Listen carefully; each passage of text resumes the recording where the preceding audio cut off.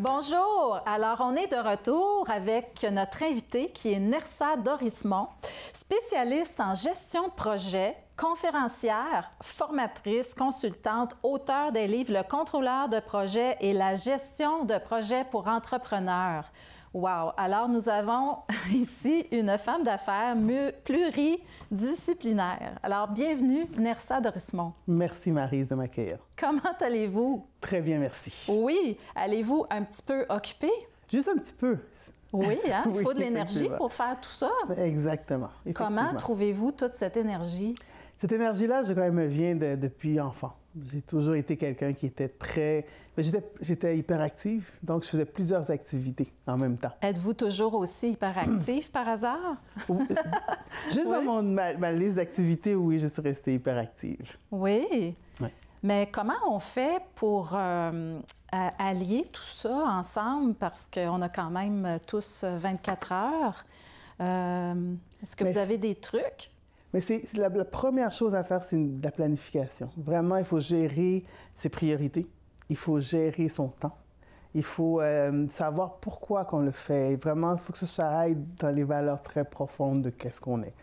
Donc, bien, justement, est-ce que vous êtes tombée dedans quand vous étiez petite, un peu comme Obélix, ou c'est quelque chose qui se bâtit avec le temps, ou ça vient de quand vous étiez toute jeune, que déjà vous faisiez plein d'activités en même temps? Mais toute jeune, je faisais beaucoup d'activités en même temps. Je faisais de la danse, je faisais du volleyball, j'ai fait de la claquette. Okay. Chaque fois, plus je grandissais, on me trouvait une activité. J'étais dans les scouts et guides, j'étais devenu cheftaine. Okay.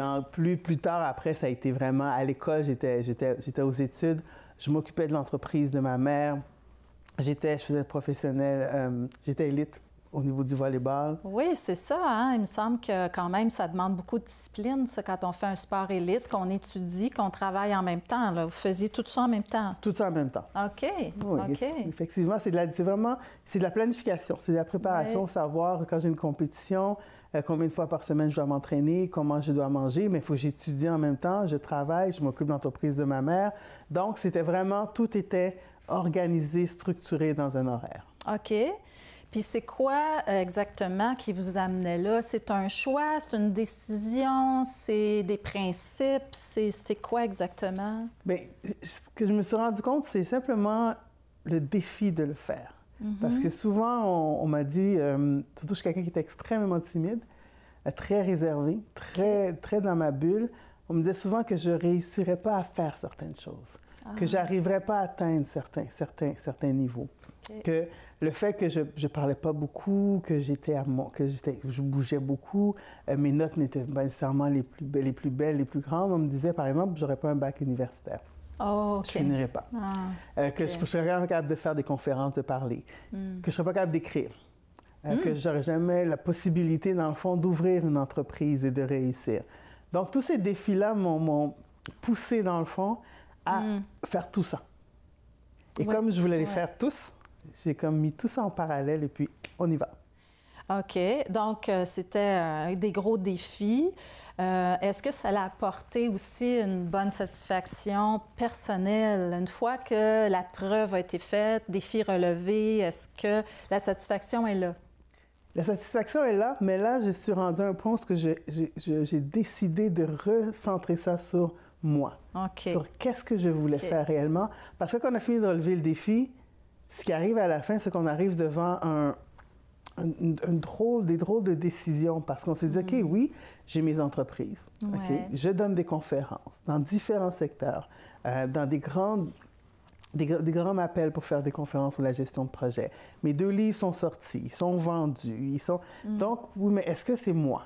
Aujourd'hui, qu'est-ce que je veux vraiment faire avec tout ce que j'ai acquis au fil des années? Oui, d'ailleurs, j'imagine que là, on va plus au niveau des priorités. Exactement. Hein, on doit reviser un petit peu les priorités. Et comment faites-vous justement pour canaliser les priorités au niveau de votre mieux vivre? Bien, une des choses que j'ai fait, j'ai pensé à, OK, mais qu'est-ce qui est bien pour moi?